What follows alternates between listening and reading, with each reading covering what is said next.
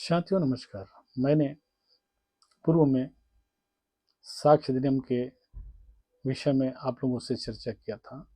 आज मैं उसी सिलसिले में आगे बढ़ते हुए बताना चाहता हूँ कि यदि किसी अपराध में, संज्ञेय अपराध में या असंज्ञेय अपराध में जब मामला पुलिस द्वारा पंजीबद्ध कर लिया जाता है और उसका अभियोग पत्र, जिसे चालान भी कहते हैं, चालान पेश कर दिया जाता है, उसके पश्चात फिर आरोपी को आरोप लगता है और आरोप नहीं पाया जाता तो उन्मुक्त कर दिया जाता है। तो ऐसी स्थिति में जो पुलिस के द्वारा अन्वेषण किया गया है उसका कथन न्यायालय में होता है और पुलिस द्वारा इन्वेस्टिगेशन के दौरान जो बयान लिया जाता है, धारा 161 दंड प्रक्रिया संहिता के तहत बयान दर्ज किया जाता है।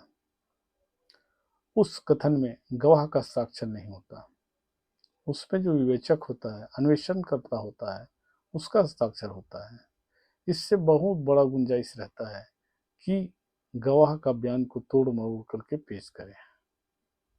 और एक बयान होता है न्यायालय के समक्ष, जो बड़े अपराधों में होता है या संगीन अपराधों में होता है, खास करके महिलाओं के शरीर के प्रति किए गए अपराध, जैसे लज्जा भंग करने का अपराध है या बलात्कार का अपराध है, मृत्युकालिक का अपराध है, आत्महत्या करने का दुष्पीड़न है।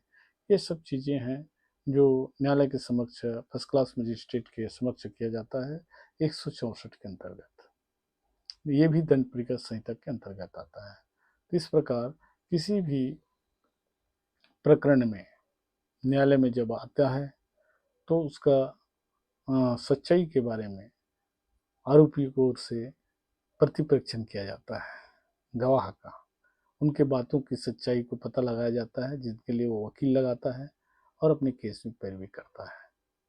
तो हमारे सभी जूनियर साथियों के लिए मेरा खास कहना चाहिए आग्रह है कि अगर वो गवाही लेते हैं, क्रॉस करते हैं, तो उन्हें साक्ष्य विधि का और अपराध की पूर्ण परिभाषा अच्छी तरह आना चाहिए, क्योंकि हमें पता है कि साक्षी द्वारा बोले गए कथन न्यायालय में सजा भी दिला जा सकता है। जैसे कि और भी बता दूं, किसी मामले को साबित करने के लिए साक्षियों की संख्या निश्चित नहीं है।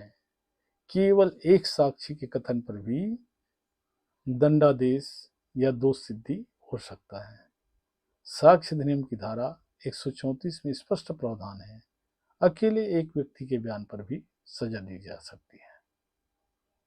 तो मित्रों, जो भी आप प्रकरण लेते हैं, चाहे क्रिमिनल हो, सिविल हो या रेवेन्यू हो, उस प्रकरण की समस्त तथ्यों को, कानूनी तथ्यों को समझना आपको जरूरी है और विधि का ज्ञान होना जरूरी है।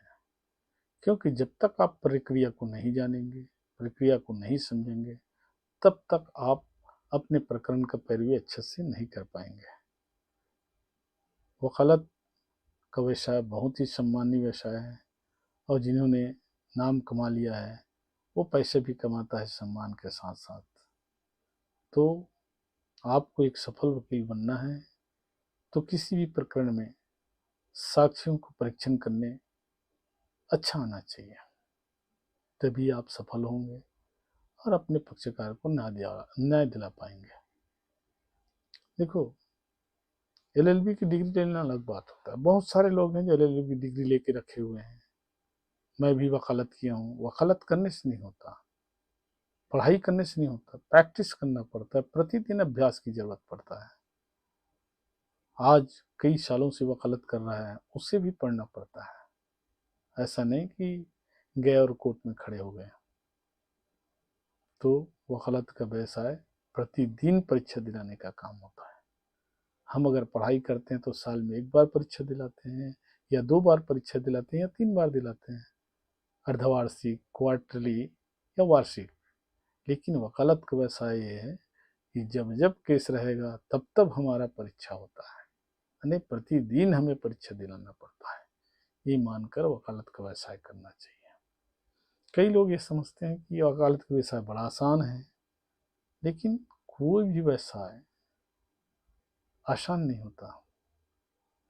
आपको सही ढंग से अगर काम करना है, समाज में प्रतिष्ठा प्राप्त करना है, नाम कमाना है, तो मेहनत तो करना पड़ेगा मित्र।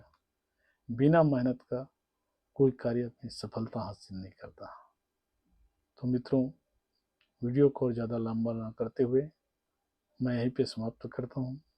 यदि मेरी वीडियो आपको अच्छा लगता है तो लाइक कीजिए और मेरे चैनल को सब्सक्राइब कीजिए, साथ ही साथ अपने मित्रों को शेयर कीजिए ताकि उन्हें भी लाभ मिले। इन्हीं बातों के साथ मैं अपनी वीडियो को समाप्त करता हूँ। फिर मिलेंगे नेक्स्ट वीडियो पर। नमस्कार, शुभ रात्रि।